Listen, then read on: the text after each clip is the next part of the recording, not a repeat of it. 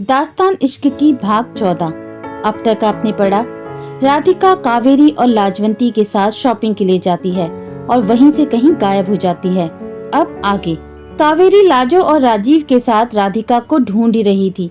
आदित्य भुवन के साथ वहीं पर पहुंच जाता है। आदित्य और भुवन को देखकर कावेरी, लाजो और राजीव उनके पास आते हैं। आदित्य ने कावेरी को देखकर पूछा, कैसे हुआ ये सब? कावेरी ने आदित्य को सब बताया। आदित्य ने राजीव से पूछा, कहाँ थे आप लोग सब? राजीव ने कहा, कुंवर ठकुराइन ने हमें बोला आने को, तो हम बस गाड़ी लेने गए थे। और गार्ड्स कहाँ थे? वो सब यहीं थे कुंवर। तो फिर कैसे राधिका कहीं चली गई? तब तक राघव भी आ गया। सबने एक बार फिर से पूरे बाजार में राधिका को देखा, लेकिन वो कहीं नहीं थी। आदित्य ने राघव से कहा, राघव, कमिश्नर साहब को फोन करो और घर बुलाओ। उसने कावेरी और लाजो को अपने साथ गाड़ी में बिठाया और घर की तरफ चले। कुछ देर में आदित्य, राघव और बाकी सब घर पहुँचे। कमिश्नर साहब भी अपनी टीम के साथ पहुँच गए थे। आदित्य ने कमिश्नर साहब को सब बताया। कमिश्नर साहब ने तुरंत उस रेस्टोरेंट की सीसीटीवी फुटेज निकालने के लिए अपनी टीम को भेजा। कुछ देर में सीसीटीवी फुटेज लेकर टीम आ गई। सबने फुटेज देखना शुरू किया। उस वक्त की फुटेज जब राधिका को छोड़कर लाजो गई थी दिखाई दी। राधिका मेन्यू कार्ड देख रही थी। उसकी टेबल के पास एक वेटर आया और पानी रखकर चला गया। राधिका ने बोतल से पानी ग्लास में लिया और पीने लगी। तभी एक आदमी उसकी टेबल से टकराकर गिर गया। राधिका पानी का ग्लास रखकर उसे उठाने के लिए आगे बढ़ी तो उसने देखा वो आदमी स्टिक पकड़कर खड़े होने की कोशिश कर रहा था। तब तक वेटर भी आ गया और उस आदमी की हेल्प करने लगा। राधिका ने उस आदमी की स्टिक उठाकर दी। उस आदमी ने राधिका को कुछ कहा तो राधिका वेटर को रोककर उस आदमी के साथ बाहर चली गई। आदित्य ने फुटेज रुकवाई और कावेरी से पूछा, आप तो बाहर थी ना, फिर आपको राधिका क्यों नहीं दिखी जाते हुए? कावेरी ने फुटेज दिखाते हुए कहा, मैं दूसरी तरफ खड़ी थी, इस तरफ नहीं, और रेस्टोरेंट में इस वक्त भीड़ भी थी, इसलिए मैं राधिका को देख नहीं पाई। राजीव बड़े गौर से फुटेज देख रहा था। उसने फुटेज को थोड़ा पीछे करने को बोला और तब रोका जब वो आदमी राधिका के साथ जाने के लिए मुड़ा। राजीव ने भुवन से कहा, सर, ये तो दिनेश है। भुवन ने जब देखा तो उसे भी वो जाना पहचाना लगा। वो बोला, थोड़ा क्लोजअप करो। भुवन ने कहा, सही कहा राजीव, ये दिनेश है। आदित्य ने पूछा, कौन दिनेश? भुवन ने कहा, कुंवर, ये किशनगढ़ से 2 गांव छोड़कर जो गांव है जिसको घूसखोरी में आपने सजा दिलवाई थी, ओम ठाकुर के पुराने दोस्त सुधीर सिंह का बेटा दिनेश। आदित्य उठकर खड़ा हो गया। चलो भुवन, आज इन चाचा और उनके दोस्त को हम बताएंगे। लेकिन ठाकुर साहब, आप ढूंढेंगे कहाँ? कमिश्नर साहब ने कहा। भुवन ने कहा, कमिश्नर साहब सही कह रहे हैं कुंवर, ओम ठाकुर और सुधीर सिंह दोनों ही शहर में नहीं हैं। आपको कैसे पता भुवन? आदित्य ने पूछा। जब से ओम ठाकुर ने ठकुराइन को पकड़ा था तभी से हमने उन पर नजर रखी हुई है। परसों उन्हें शहर के बाहर जाते हुए हमारे आदमियों ने देखा था, लेकिन ऐसा कुछ हो जाएगा इसका हमें जरा भी अंदाजा नहीं था। भुवन ने कहा, कहीं से कुछ तो पता चलेगा। ऐसे हाथ पर हाथ रखकर तो हम नहीं बैठ सकते। कोई न कोई तो होगा उन दोनों के घर में जिसे पता होगा कि वो लोग कहाँ हैं। राघव ने थोड़ा गुस्सा होते हुए कहा।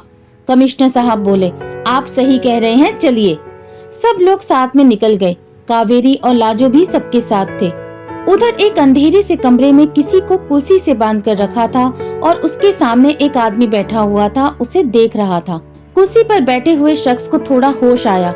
उसने आंखें खोली तो देखा थोड़ी सी रोशनी थी, लेकिन कुछ साफ साफ दिख नहीं रहा था। प्रणाम भाभी, उसके सामने बैठे हुए शख्स ने कहा। ये राधिका थी। उसने अपनी आंखों को खोला तो उस शख्स ने कहा, लाइट जलाओ बे, भाभी को दिख नहीं रहा है। राधिका ने उसे देखा और पूछा, कौन हो तुम? हम हैं दिनेश, अपना देवर ही समझ लो आप। लेकिन मैं तो नहीं जानती आपको, और मुझे यहाँ क्यों लाए हो? दिनेश हंसा तो उसके पीछे से विक्रम हंसता हुआ आ रहा था। उसने कहा, दिनेश को ना सही, हमें तो जानती है ना आप। राधिका ने उसकी तरफ देखा और बोली, तुम? लगता है उस दिन की पिटाई भूल गए। अरे नहीं भाभी जी, भूल गए होते तो आपको यहाँ नहीं लाते। विक्रम ने राधिका के थोड़ा पास आते हुए कहा। राधिका उसे गुस्से वाली नजरों से देख रही थी। उसने कहा, अगर डरते नहीं हो मुझसे तो बांध क्यों रखा है? खोलो मुझे, फिर बताती हूँ। अरे आप कहें और आपका ये देवर आपकी बात न माने। ऐसा कैसे हो सकता है? खोल दो इनको, विक्रम ने कहा। एक आदमी ने आकर राधिका के हाथ खोल दिए। जैसे ही राधिका के हाथ खुले, उसने एक जोर का थप्पड़ विक्रम को मारा। विक्रम को इस थप्पड़ की उम्मीद नहीं थी। दूसरी तरफ से दिनेश आगे बढ़ा तो राधिका ने एक लात उसे मारी, वो दूर जा गिरा। विक्रम ने अपना गाल सहलाया और गुस्से में राधिका की तरफ बढ़ा। उसने राधिका का हाथ पकड़ा और उसे पीछे की तरफ मोड़ दिया। राधिका की चीख निकल गई। वो थोड़ा संभली और उसने जोर से अपना एक पैर विक्रम के पैर पर मारा। विक्रम थोड़ा सा लड़खड़ाया और राधिका ने अपना हाथ उससे छुड़ा लिया। राधिका को संभलती उससे पहले दिनेश आया और उसने जोर का थप्पड़ राधिका के गाल पर मारा। राधिका ने कोशिश की फिर से उसको मारने की, लेकिन उसने राधिका को जोर का धक्का दिया। राधिका का सिर इस बार दीवार से टकराया और वो गिर गई। उसके सिर से खून बहने लगा। विक्रम और दिनेश ने उसे वहीं छोड़ा और कमरे से बाहर निकल आए। आदित्य ने गाड़ी में बैठे हुए ओम ठाकुर को फोन किया। ओम ठाकुर ने फोन उठाया और बोला, आदित्य क्या बात है, आज चाचा की याद कैसे आ गई? विक्रम कहाँ है ओम ठाकुर? अरे हम चाचा है तुम्हारे, ये क्या, बड़ों का नाम कौन लेता है? जितना पूछा बस उतना ही जवाब दो। कहाँ है विक्रम? वो तो अपने दोस्तों के साथ कहीं गया है, शायद रिजॉर्ट में गया है। कौन से रिजॉर्ट में? वो तो नहीं पता, पर क्या हुआ? आदित्य ने ओम ठाकुर को जवाब दिए बिना ही फोन कर दिया और रख दिया।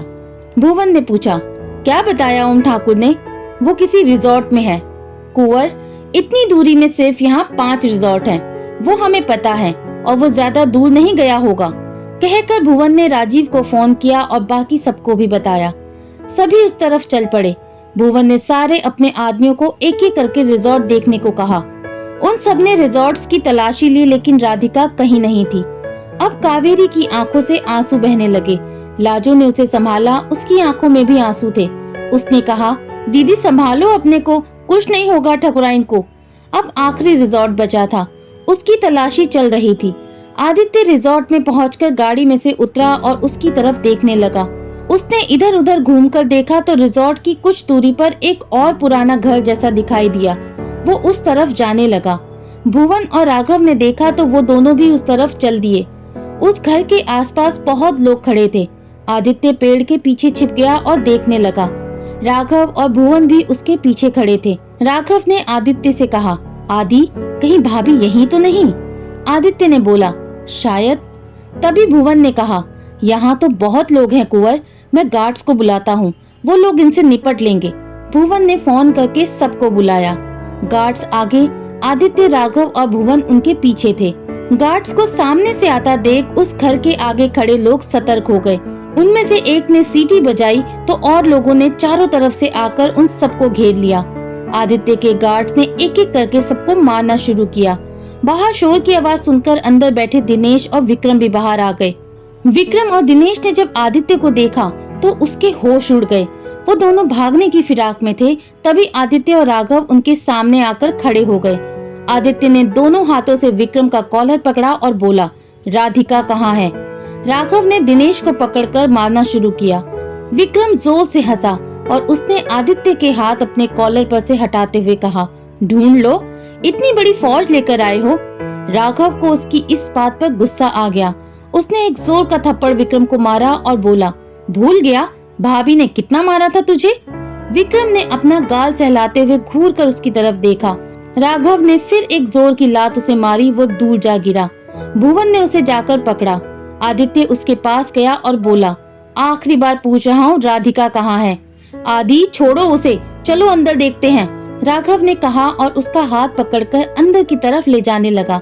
तभी दिनेश ने पीछे से आकर राघव को धक्का दिया। राघव गिरते गिरते बचा। उसने पीछे पलटकर गुस्से में देखा। पास पड़े हुए एक डंडे को उठाया और दिनेश को उससे मारने लगा। वो बेतहाशा दिनेश को मार रहा था। आदित्य ने उसे रोका और खींचते हुए अंदर की तरफ ले जाने लगा। आदित्य ने पुकारा, राधिका, राधिका, और इधर उधर देखने लगा। राघव भी राधिका को एक कमरे से देखते हुए दूसरे कमरे में गया। आदित्य जब सबसे अंदर वाले कमरे में पहुंचा तो वहां अंधेरा था। वो दीवार को पकड़ते हुए चलने लगा। उसने अपनी पॉकेट में मोबाइल देखने के लिए हाथ डाला तो देखा मोबाइल नहीं था, शायद गाड़ी में ही रह गया।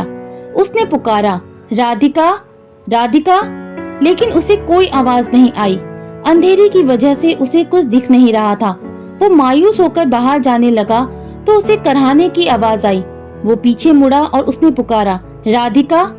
उसे बड़ी हल्की सी आवाज सुनाई दी, कुंवर, राधिका। आदित्य राधिका राधिका पुकारते हुए आवाज की दिशा में बढ़ता जा रहा था। उसने राघव को आवाज दी। राघव आया। उसने अपना मोबाइल निकाला और टॉर्च ऑन की।